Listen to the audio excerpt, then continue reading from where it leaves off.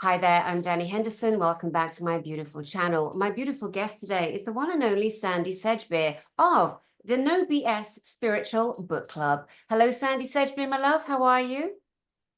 Hi, Danny. I'm very well, thank you. How are you? I'm good. It's so good to see you. You and I met many years ago, and through I think it was Dr. Mangia Samantha Lawson, the great black hole principal, goddess, author, and scientific mind of this generation.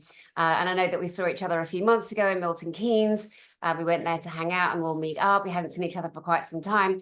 And over these years, you've been so busy creating this incredible No B.S. Spiritual Book Club with some phenomenal authors and people who are putting amazing work into the field. Please, what was the inspiration behind setting up this great, incredible entity? The inspiration was frustration. I do a show called What Is Going On, which is the flagship radio show for Times Media Network on the internet, and I've been doing that since about 2015. And I was being pitched so many books that were basically the same information and not as good as the original books, that shared that information. And one day it occurred to me that there are so many people waking up, and how are they going to know what books are good? And I do get asked a lot, what should I read? And I thought, oh, somebody needs to sort the wheat from the chaff for them. And as I said it, boom, this it was like a screen dropped down in front of me, and it was completely there, the whole picture. And I looked at it and went, wow, that's a good idea, but I'm not doing it.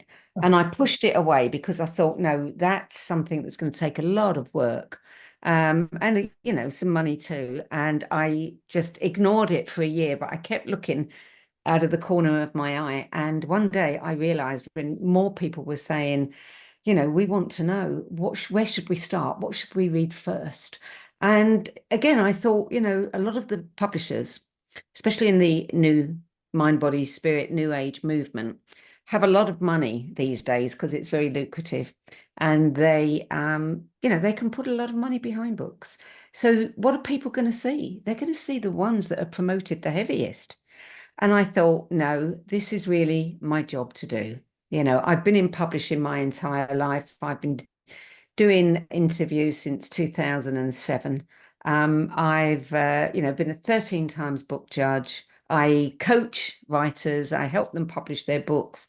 And I thought, this is clearly mine to do. So I started it. But it's not what people think. It's not, let's get together and have a read of a book that I'm recommending. This is not about my recommendations. This is about all the people whose books we read, all the teachers, all the speakers, etc. What were the 10 books that influenced them the most on their life journey? What were the books that moved them through their path to the work that they're doing now? And so I invite all these people, all these wonderful teachers and speakers and authors, to give me the 10 books that influenced them the most, and to tell us a little bit about why and how they influenced them. And then we publish this in an archive that is ever growing on the website. So everyone has their dedicated page, and then we do an interview with them. And then we go a little bit deeper, into the intimate stories behind the books.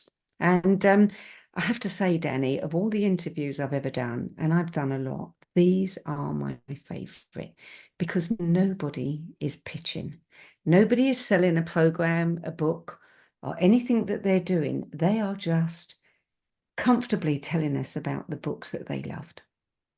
That's a beautiful idea and a beautiful concept, and it's hugely massive for anybody of interest of a spiritual nature, or just an open-mindedness, or your radio show, What's Going On, to open those thoughts in each other. And if there's a writer that we like, I mean, what better reason to go and see what their insight is? We were talking on this channel a few times over the last week. The Celestine Prophecy, that book has come up, and that was a gateway book for so many millions of people across the planet.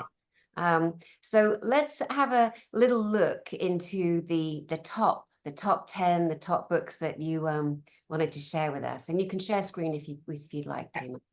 Yeah, I'm going to read this to you. This is I compiled this because last year On Times magazine had their first annual Ommies Awards, where they were picking, the certain books, what is the best healing book, what is the best, book on UFOs or contact, etc. And they asked me to come up with the books that have been recommended the most.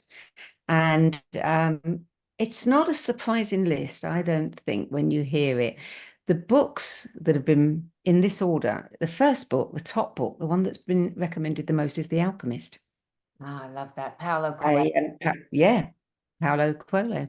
And the second book is A Course in Miracles, which is not surprising. The third is The Four Agreements. From In Miguel Ruiz. fourth place is Illusions, Illusions by Richard Bach.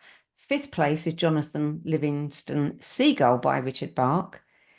Sixth, seventh, sixth, The Secret. And then we've got Think and Grow Rich in eighth place. Napoleon. Conversations with God in ninth. I would have thought that would come much higher. And this list is not complete because it's got Deepak Chopra's name, but it doesn't say which book.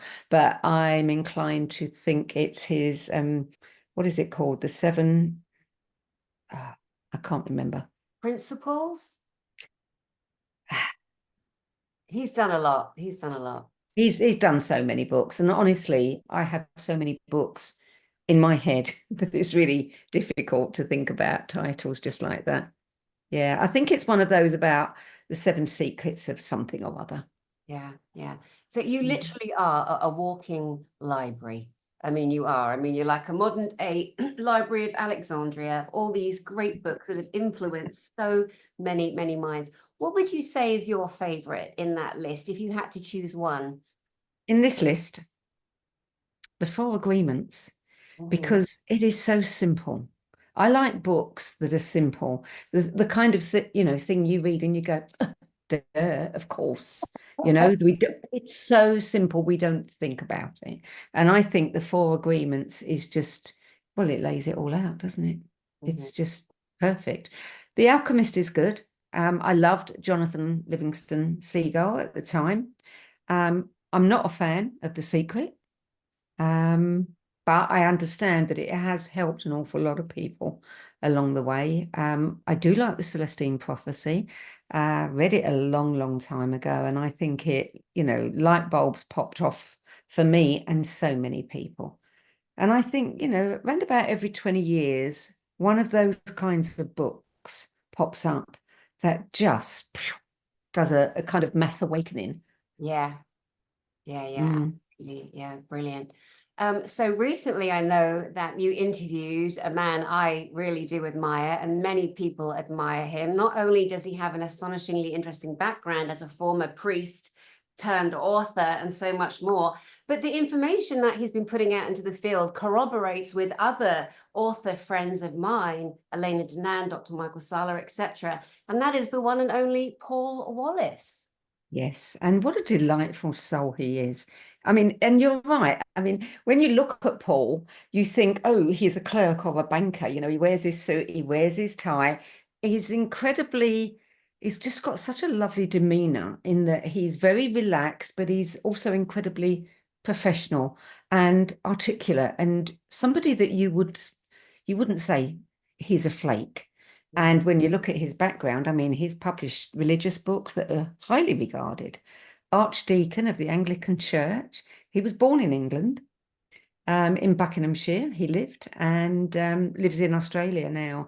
But his Eden series is a fascinating series. And the deeper you go into the series, oh my goodness, the deeper the information gets. And it's not just talking about UFO sightings, people have seen them, people have had experiences, etc.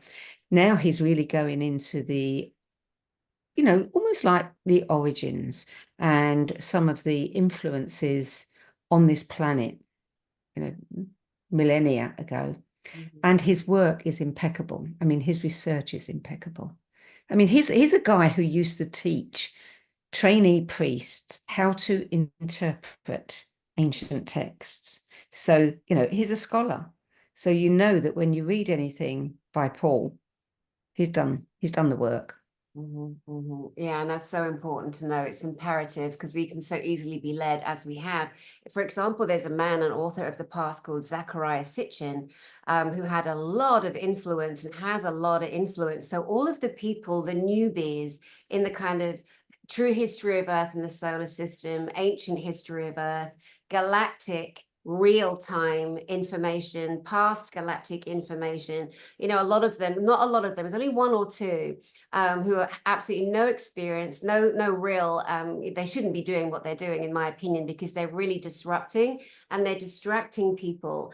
But there were known things that didn't come out about him, that there's so many good things that he did write about, but he was a known distractor. He was a known disruptor. And then when you take time to look at the people that he connected with, this is around the times of Aleister Crowley, for example, then you go, oh my goodness, but then what people are doing, sadly, is they listen on YouTube and they think that's as far as they need to go. They store the information and then they repeat it, which is the Earth School of Learning. That's how we've been groomed. And so people are listening, believing, and then espousing that as their own information with zero research. It's very disturbing to me. It's ongoing, and it has caused such discourse and disharmony among thousands of people who are really on a true seeker's journey. What would you want to say to those kinds of people? The same thing that I say to people in the world today. I mean, we all know how crazy the world is, how chaotic everything is. We know that there are an awful lot of influences. I mean, you could go through your phone and you've got 10 different stories all about the same thing. And our brains are being, the cognitive dissonance is making it very hard for us, not only to take in information, to even take it in long enough to think about it and reflect on it. So what I say to people is, by all means, look at it all, but stay centered and come back to this, because this is your greatest advisor. There's your compass right there. And you can't just take things at face value anymore, because there is no face value anymore. You've got obfuscation over obfuscation, with so many different stories being told and coming from so many different sources. You've got to learn discernment. That's it. You can't just believe anymore. Yeah, it's so true. I'm assuming you're pointing to your heart there. We couldn't see because it's I'm pointing to my heart. Yeah. always Well, my heart and my gut. My gut is that's my advisor, and I always check everything in with that. How does that feel? How does it sound? I mean, we've all got that ability, and people need to start trusting themselves, because we're moving into an era where, we're finding out pretty rapidly that we can't trust anybody. So where do we go with that? Back to yeah. That's true. That is the compass, the absolute compass. And that's one of the biggest lessons I feel as humans we've been guided to do, that we can no longer trust what we're told. There's this side and that side, and everyone is very divisive in many different systems, in so many systems, and particularly politics right now, but we won't go there. Let's not go there. But yeah, so all you've got is you, and even your best friend, your lover, your partner. It doesn't matter what train of thought they're on, you still have to be confident this is your life, your journey, your soul, and you've got to experience everything for you and feel, because the heart is the resonator, the heart is the greatest reader, it is the greatest protector.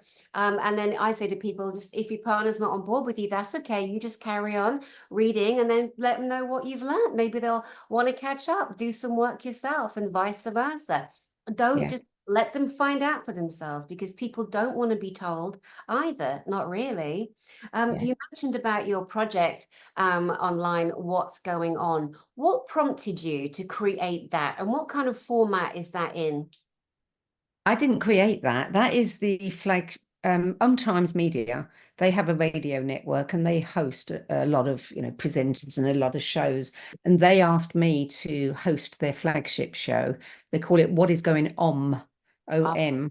And it's a weekly show, 1 hour show, where I'm basically either talking to people that they are featuring on the cover of their magazine, which is a great magazine and it's free. It's an online magazine, so your followers and viewers might like to have a look at that. I mean, it's a green magazine, it's a spiritual magazine, it has a wide range of material. But mostly, I'm free to bring on to that show anybody that I want to talk to. And, I like to think that I see myself as a shameless sharer. If I come across something that I think, oh, that is really interesting, people need to know about that, then what I want to do is get that person on the show and have a conversation about it so other people can hear about it and make up their own mind. And like you, I like playing at the cutting edge. Don't give me all the flim flam. I'm done with all the, the fluffy marshmallow kind of spirituality. There's a lot more going on here. There's a lot more to us. And that's what I want to get to the bottom of. And you're so good at that. You're a very skilled interviewer. I've seen you several times in several different shows, and you're very impressive. And I'm so excited that I can bring you on my beautiful channel to the lovely people that will see you and meet you for the first time. Those that haven't, they can subscribe to your channel and then go searching, because everyone's asking, what do I read? Where do I go? Where do I get a broader level of information and not just a succinct little lane? We ain't got time for lanes anymore. We need the whole perspective. So it's the times, what's going on. Yeah. Which I love that. That's brilliant. And last year was the Omni Awards. So where was the Omni Awards held? Was it a physical event or an online event? It was all online. They had various publishers submitting books, and they were looking at several different genres. They had people come on. I mean, they did a good job of making it look a little bit like the Oscars, with the video and the technology and the imagery, etc. And they had a number of authors on, and I was one of the judges, as well as other people, and it's it's a nice thing to do, to be rewarding some of these authors. I mean, I love it when somebody who comes out of nowhere. I don't always interview the big names. If somebody is new but they've got something great to say, they need exposure. And you know that. I mean, you do that. You do the same thing. And that's the way we're sharing what needs to be shared with the world. Exactly. It's like having, sometimes on my channel, I'll have somebody who's maybe not even got 200 people, on their YouTube channel, and it isn't about that. I mean, of course, I have empathy for everyone. I know how hard it was for me, how hard it was for you to start from zero, but you have to put the work in. You have to put the work in on your channel. But yeah, and then, bring them in, and yes, it lifts them up, but I also am aware of how important their information is, how helpful they could be. And I say all the time, Sandie, that I don't understand how people with massive channels are so obsessed with their content and just keeping it all just so, that they won't take a leap of love for humanity and let other people come in alongside them. I think that's selfish. That's just my personal opinion. And I do understand, yeah, we want to protect our content. We don't want to, lose channels and get in trouble and stuff. Although, with This Is a Lifetime, we've got to all shake everything up globally right now. But I wish more people were like you, for example, and me in the times that I do it. Well, Danny, I mean, it speaks for itself, doesn't it? And we come back to discernment and, our gut, looking at what somebody says and then looking at what they're doing. And if they don't compare, then something's amiss there. There's inauthenticity. And, the mind, body, spirit arena in the years that I've been, and you too, has become $1 trillion industry. And there's an awful lot of people who understand they can make a lot of money in this arena. And they're the ones, I think, that, well, you see it in their actions. They're only interested in the big names. They're only interested in what they can ultimately get out of it. Yeah, it's called the Whiffam factor. What's in it for me? Whiffum. Yeah, what's in it for me? Exactly. Yeah. Yeah.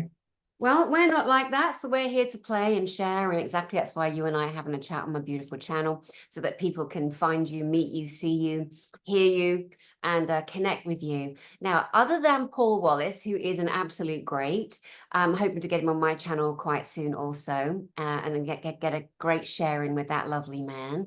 And also he's doing these crazy, beautiful expeditions, you know, archaeological massive researches with other great people. I was watching him recently. He's got a huge channel himself. Is it Fifth Dimension it's called? Fifth Kind TV. That's it, Fifth Fifth Kind. Kind TV on YouTube. Yeah.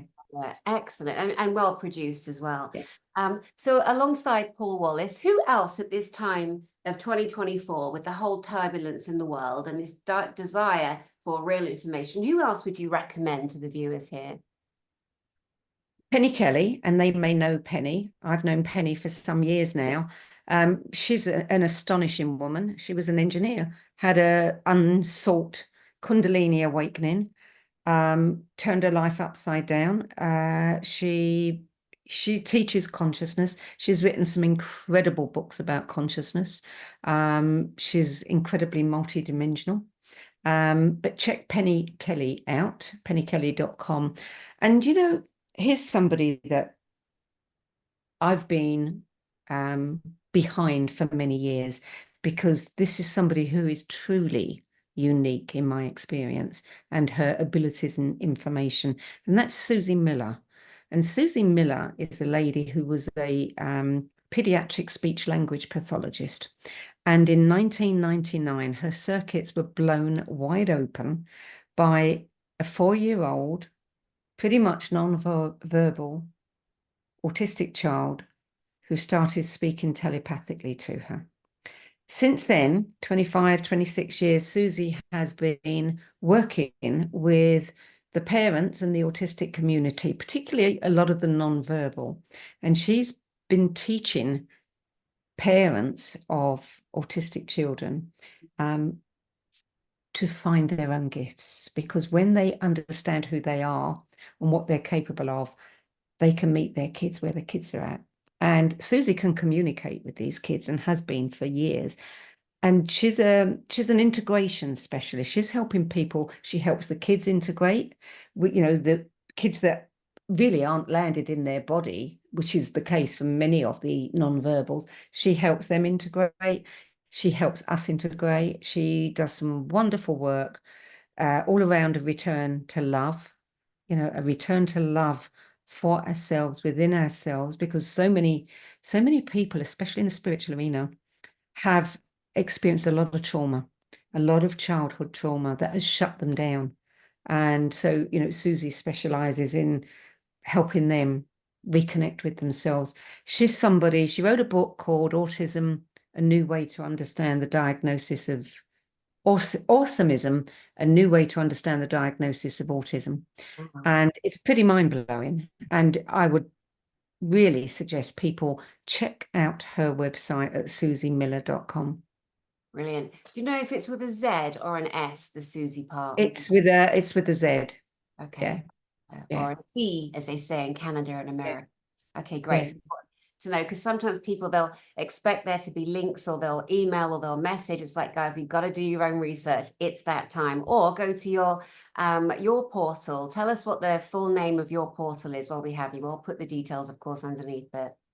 Yeah, the No B.S Spiritual Book Club. The No B.S.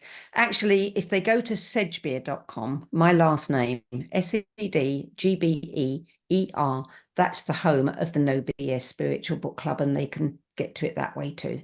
Excellent. Sedgbeer without an E. That's right, without an E. Important. Very. Okay, so Paul Wallace, Penny Kelly, Susie Miller. Who else? Who else would I recommend? Oh, I told you there's somebody that's really impressed me. A man called Christopher Bache, Bache. And he's an extraordinary person.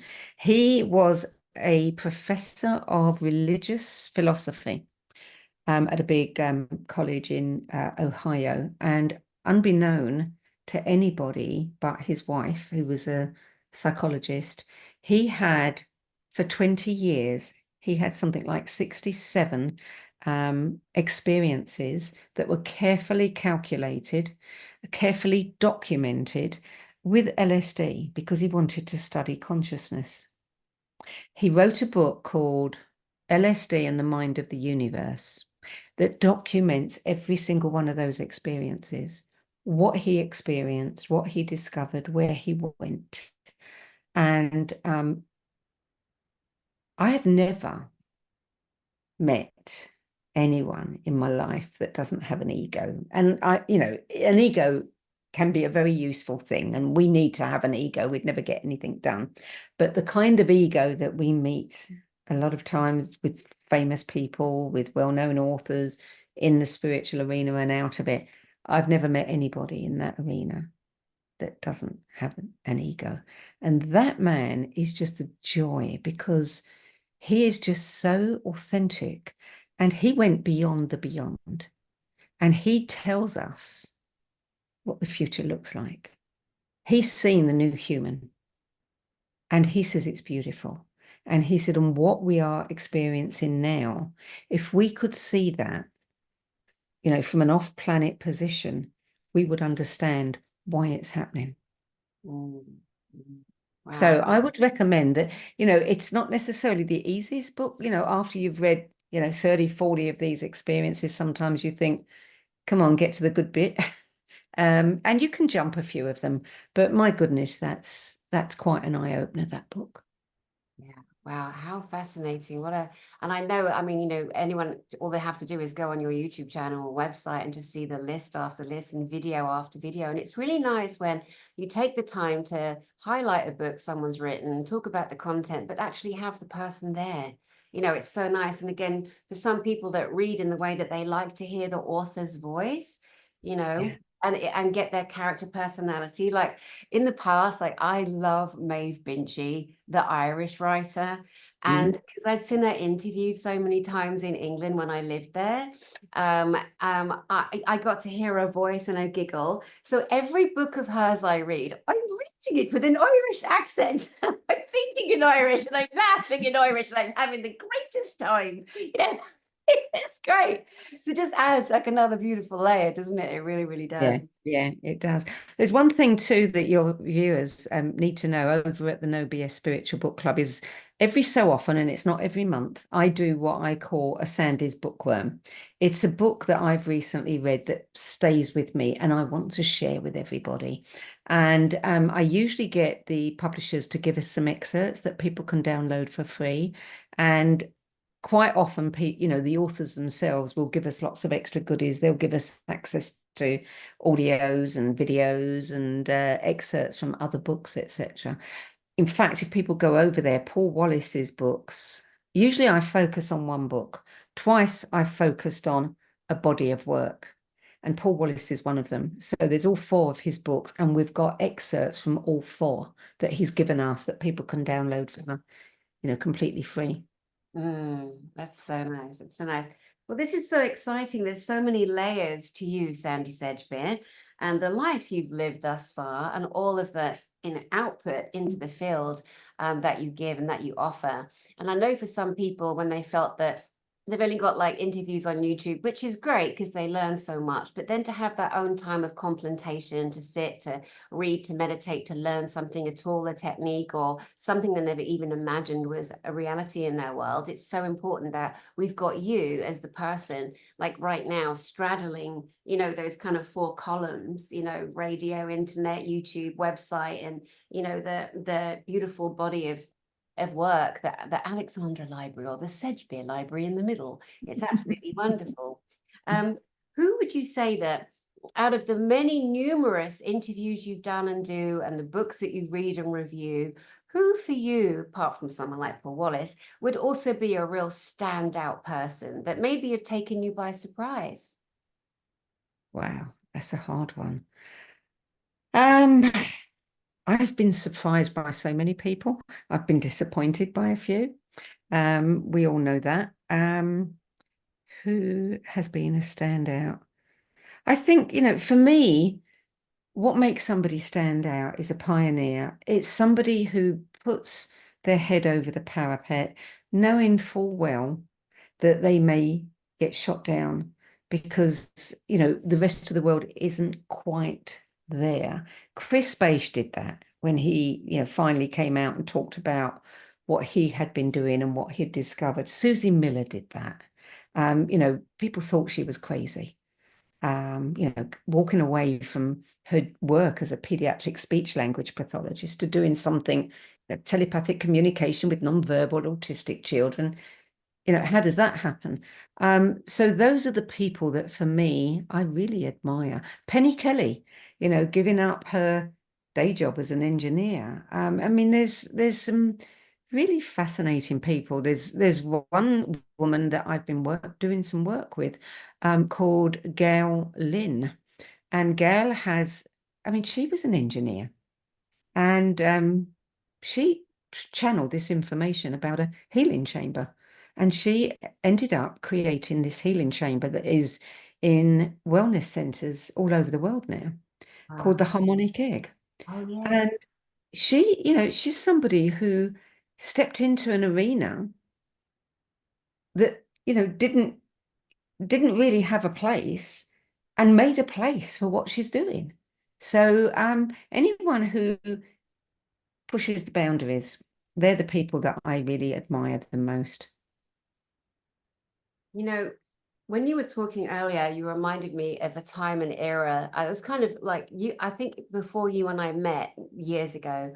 But I think it was a time of like Lee Tober and Lee Carroll and, Cryon. Yeah, Cry On. But Yeah. before Cryon became Cryon, as in out, as in the channeling, Lee and they were working together with Nancy Tappy. Remember Yes. that lady? I Yes. met her in America, and Yeah. I passed on. But she was the person that gifted us the label of Indigo Child as a way of trying to understand. I'm going to put some screen together here. Stop looking at your beautiful face. So she was the one that gave us a label to try and understand these kick-ass kids that come in. Now she claims and says that, to her best of her knowledge and witnessing, that the indigo children, the disruptors, came in the early 1970s. But I honestly do believe that there are some that got through there earlier. Oh, no, there were guides. I Yeah. mean, Yeah. I'm not sure if it was Nancy that said it, but certainly, and she must have been one herself. I mean, she was a professor and she had synesthesia. She was a professor at San Diego University, I think. State, yeah. But Lee Carroll certainly said there were a lot of guides coming in the 70s. And even before that, in the 30s and the 40s and the 50s, a few. And then gradually it became more and more and more. Yeah. And I remember a time as well, like back in the day of like Doreen Virtue, before she turned a left-hand corner into the darker side, in my opinion, whatever she does, good for you, love. But into Christianity, and then condemned everything that she'd done, which actually was amazing work that lit so many people up in a really good way. And people took her $2,000 angel certification, went out to Hawaii to do that. I met her. I went to best medium I've ever seen, and that's really saying something. Best medium, 2,000 people in LA, in the days when she was tiny and blonde and full of light and full of love, and stood on stage and did mediumship, and she was incredible. At the time, she was married to her former husband, Stephen Farmer, very Yes. handsome man, and their energy on stage together was this beautiful balance. Everybody knew she's this very iconic. She cornered the market in angels. I mean, I think she was one of the first ones of our last, say, 40 years, let's say, that really. Yes. And then Yeah. yeah, and so all in that time there was all this, like, there's crystal children and rainbow children and indigo children and this and that, and then people were trying to assign a label to themselves because of their own individual gifts. But for me, it's like there's no label now. It's all of a oneness. There's no separation. There was a bump in consciousness and the children coming in, and we are those children you know, this age, older and younger, and it's a beautiful rainbow of everything right now, isn't it? Yeah, absolutely. Yeah. I mean, they start off as, you know, something separate and different and unique, and then they just merge into society. Steve Watho, I remember he was the first person to talk about the Crystal Children. And I remember hearing him channel, and he said, one day we would just call them kids. And that's exactly what we've got. Yeah. That's so lovely. That's so lovely. I was thinking about our other friends, Kim Major George, the artist, and Manji, and we used to kind of hang out and do stuff, and we'd be going on a spiritual quest or a tour or a meetup or whatever it was. And it was such a Wayne Dyer time, and it was such a boom of an awakening, wasn't it? It really was. And then it seems that that kind of era has very much slowed down. A lot of those people are a lot older as well, or doing something different, or not as much. And now there's this whole kind of birthing of you know, new information, some old, but some really updated, and a lot of kind of people, you know, kicking indoors, but now balancing it with the off planet, the history of our planet, which I feel was always missing. Yes, yeah, yeah. It was a much more innocent time back then when we were doing all that, and everybody was so excited. All these new avenues opening up, and there was an awful lot of kindness around. Today, I think it's a little bit more slick. It's a little bit more manipulated. You know, again, back to discernment. We have to use our discernment all the more.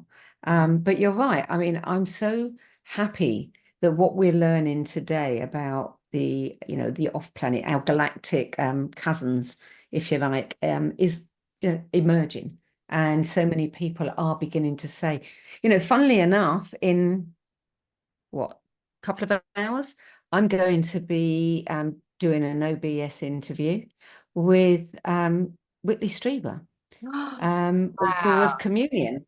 Talk about, you know, one of the first people to put his head up above the parapet. And I remember the covers of his books being everywhere in the 80s. That's so crazy. Well, you know that in the world of synchronicities, today I'm interviewing the great rocket man David Adair, who at 17 built a rocket that NASA and the Nazis were jealous of and wanted. And when he realized, 17-year-old kid making rockets in his field, you know, and then when he realized that these people at the top of the military wanted his rocket, this is in America, they wanted his rocket so they could attach bombs and weapons to it. He blew it up and he said, I'm not playing and you're not having it. Good for him. And he's now up there. He's nearly 70 and he's amazing, so sharp. And his inventions, we are living with them on our planet today. I think he's the most incredible inventor since Nikola Tesla. That's my own private assumption. And knowing him and getting to know him more. And, you know, he's just incredible. So here, great deal. We're both interviewing legends today. And these kids, you know, they are so ahead of us. They are so far ahead. I was listening to someone yesterday, I can't remember who it was, Barry Eaton. He's the host of Radio Out There, and he's been in the business a long time. He's Australian, and he used to host all of the big events, the ET events out there. And he was saying that his information was that way more than 50% of the kids coming here today have never been on this planet before. Oh, really? And so what they're bringing with them, you know, is advanced information. Okay, I was going the other way. I'm like brand new souls with no experience. I'm like, oh, I'm not sure how that's Oh, going to no, work. no, The opposite. not brand new souls. No, Yeah, to yeah, this planet, yes, but not, you know, yeah, yeah. Oh my bringing God. in a lot of information that we need with them. Wow, Yeah. wow. One more book that you piqued my memory to was The Children of Now. Remember, was it Meg Blackburn? Was that her name? Meg Blackburn Losey, yeah, brilliant woman. But she did some fabulous books. Yeah, and there seemed to be at that time as well, like with Nancy Tappy and the Rainbow Children, the Crystal Kids and Indigo Kids, and then Meg, there was kind of an amalgamation of this is a body of work to focus on the children, you know, our age, older, obviously younger, and now coming in. So we had more of an understanding, especially of the nonverbal, you know, and how a lot of these beautiful beings are here to teach us. They respond to music, to harmonics, to rhythm, to sound, you know, even to, you know, on the body, you know, I mean, just amazing. Let me just tell you one thing that I think people need to hear, that Susie Miller says the kids have said to her, particularly the non-verbals, the ones that aren't fully in their body. They've said, we can't be fully here until here is love. Mm.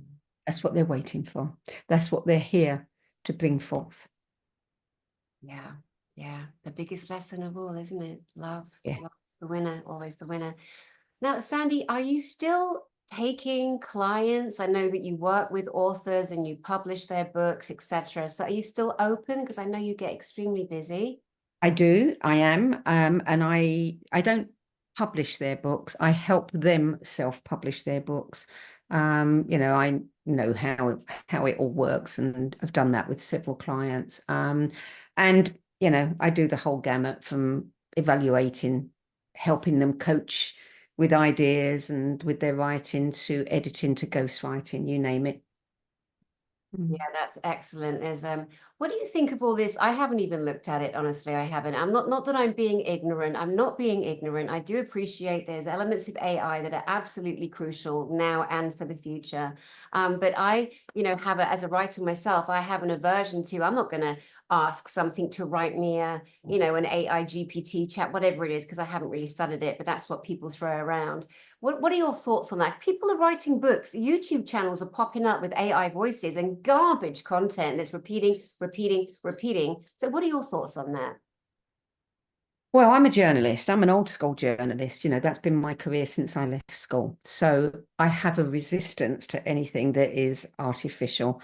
We can't avoid it. It is there. I think that what we need to do is discover what benefits we can get from it and keep it tightly contained in that arena, because, you know, it's learning from you. Everything you've ever written, it's learning from. Everything I've ever written, it's learning from. I've seen my own work turn up all over the place, but somebody else, it looks like their work. And that's going to happen with the internet anyway. You know, everything is open to being plagiarized, but I think that it's, you know, we've really got to be careful. It's like the Wild West, you know. We need to start making some rules, because it could overtake us. And I think I'm right in saying that Amazon a few months ago said that they have a way of checking whether any manuscript uploaded, you know, for print on demand is fully AI, and they will block it. Now, I don't know if that is true. I heard it. I can't, you know, I can't verify it, but I think we have to be very careful. Yeah. Yes, plagiarism is rife, most definitely, and not at all attractive. And when you do know, I remember doing a show on angels once, and the very next day, and I swear that was divine, you know, spirit divinely guiding. This bloke pops up in a leather jacket, verbatim of what I said the other day, and there's absolutely no way on this earth he could have had that concept right then and I'm like, dude, I'm embarrassed to watch you, you know, like, and it's so funny how these things do come to us. They land on us and we're like, oh, I was so meant to see that. I didn't want to see it, but I saw it. Yeah, it's incredible. Now, in terms of you coaching, tutoring, training, and advising people that publish their work, what would be the best way for them to connect with you? They can connect through the website. I mean, I'm happy to give people my email address, which is Sandie, Sandie, at Sedgbeer, SEDGBEER.com, Sandie at Sedgbeer.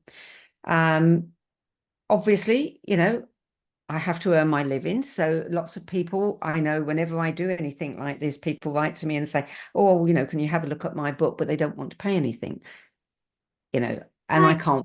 Sorry to No. interrupt you. How bloody rude. You know, it's so rude of people to assume that, you know, the work it takes to write is one thing. And you and I know we write, but, you know, but the assumption, it's just rude and bad manners, and people shouldn't, like, people expect to go to conferences for free or for next to nothing and watch the most incredible speakers who've been talking for 30 years. That's how they make their living. They want to go to a nice hotel and they want to feel looked after and have armed guards or whatever it is. And it's just like, we've just really got to dial in our expectations and think a bit more about the people like you know, the long-termers who've been doing this work. Of course, you should be paid well for your work, for your professionalism. You know, Danny, I used to publish an online spiritual magazine called Planet Lightworker. And I had an email once, and it was free. There was a part of the site that people could pay for, but a lot of the information was free. I had an email once from somebody who said, if you are charging 1 penny for this, you are the spawn of the devil. Oh, And I wrote back and said, even the Pope gets paid.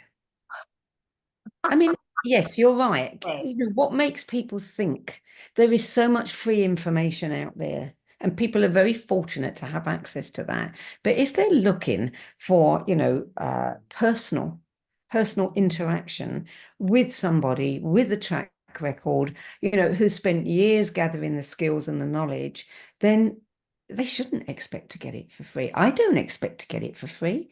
I don't go to a restaurant, you know, and ask them to give me my meal for nothing. yeah. But you know, that's just people who need A good need snack. to. Okay, you said it. Just kidding.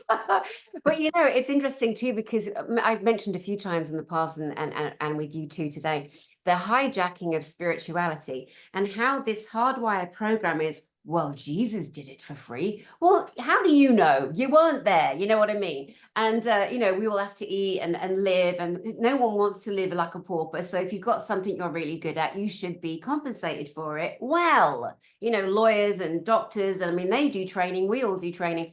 But the concept that because it might be connected to something spiritual means therefore you have to do it for free. It's just I delete people. I'm not even gonna, no, bye. I haven't got time. Just go and complain somewhere else, you know. And these are the people that don't ever go to conferences, they don't ever buy books, they expect to be given everything for free. And there's a bit of you know, a chip that needs rewiring there. They're the people who moan because they are not affluent, you know, and that's because all of that entire attitude comes from poverty consciousness. If they've got a poverty consciousness, that's where they're going to stay.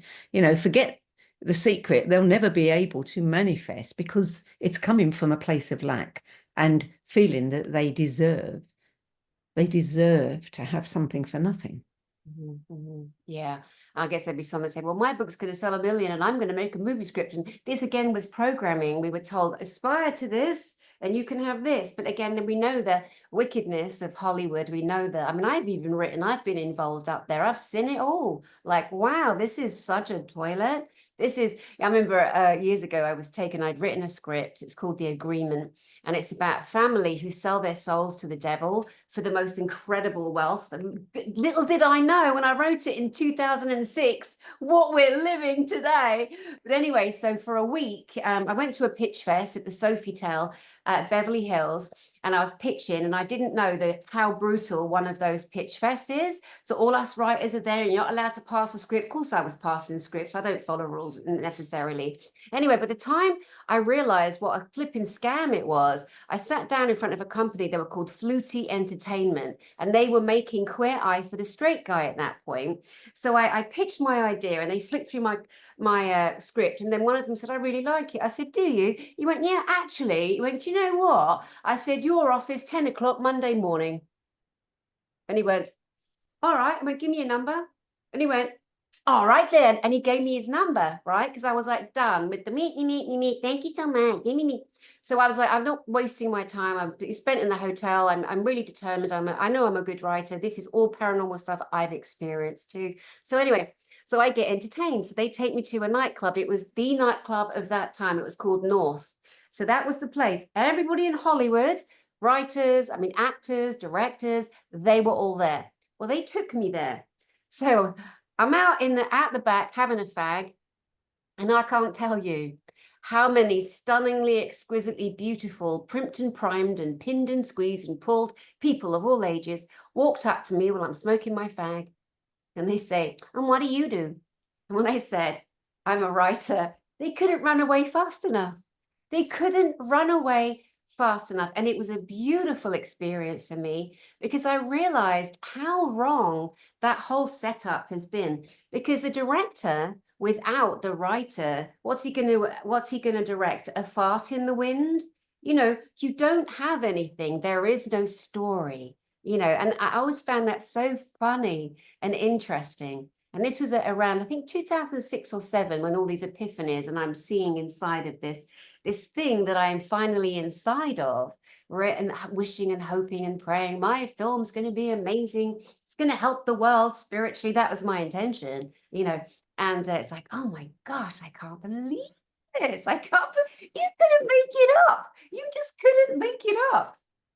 It's a cutthroat place. You know, I lived in Los Angeles. I lived in Hollywood, right in the middle of Hollywood, right near where they do the Oscars, and got to see and experience firsthand exactly what you're saying. If you are not somebody who can be useful to them, they don't want to know. And I mean, there are lovely people there. There are lovely people, as there are everywhere. But there is this whole ethos there of, you know, dog eat dog. And, you know, what can you do for me? Oh yeah, the Whiffam factor. Exactly, exactly. Wow, what a journey. Well, my darling, we could keep on yakking and sharing and reminiscing, but I think we'll draw to a close for this instance. You have given us such a beautiful list of great books, so many that, you know, I myself have read, and I know many people that come here have read, and those that haven't, well, you're going to have a good old time. You know, Paulo Coelho's Alchemist, A Course in Miracles, and The Secret, Rhonda Byrne, and Don Miguel Ruiz and the Four Agreements, and there were others there that you mentioned. And what about yours? What do you mean, Sandie? You are supposed to be putting together, well, not only your books, but you're also supposed to be putting together your 10 best list of spiritual books that influenced you. Duty, and I shall. Make sure you do. We need to know. Yeah, they've definitely changed over the years. One of my absolute favorite books in the world, bar none, really, is Elena Danan's The Cedars, The Return of the Gods. It is the most important, one of the most important tomes of this time, where she covers every single element on planet, off planet. We do a series on my channel, and it's such a big book. You're not going to read it in a weekend. It is a study. And we're at the part in the book, because we do broadcasts, where I read a bit and she continues on, because some people don't have the bandwidth. They might not be able to get the book. So we bring that to people that way as well. And the next bit we're about to do is Mars Renaissance, because there's military on Mars, there's obviously beings that are you know, habituated to Mars naturally from there, and our friend Tony Rodriguez has physically seen them. He was taken there on a military space program, and it's so funny. Some people, they go, oh my God, Mars? Are you kidding me? No one's been there, because NASA hasn't said, I'm sorry, bye-bye NASA, sit down. No one's listening to you anymore. They say NASA need a straight answer, and we don't care anymore. And something I do on my channel is I deliberately just push away all of the past authority that doesn't work for us and keeps us stuck, and encourage people to think for themselves. There's no authority above us, you know, unless we allow it. Well, I don't allow it. And it's when you hear people saying no one's listening there, we don't have to go here anymore. If we haven't heard it from the TV or from the news, it doesn't mean a thing. Who cares? It's all been proven. Everyone's corrupt. Every system's corrupt. So coming to someone like you, somebody so pure, so long-term, such a scholar herself, a journalist, a writer, somebody with a heart as big as yours, it is a real joy. And I'm so happy that you're on my channel today, Sandie Sedgbeer. You rock, lady. Thank you very much, Danny. It's been a pleasure to be with you. Oh, beautiful. All right, my love. Well, thank you again. And you guys out there, this is the one and only Sandie Sedgbeer from the No B.S. Spiritual Book Club. So I welcome you to join her, subscribe to her channel, and go and look up some of the great books that she has brought for you to your attention today. My name is Danny Henderson. I send you love from my heart to yours, and I'll see you soon.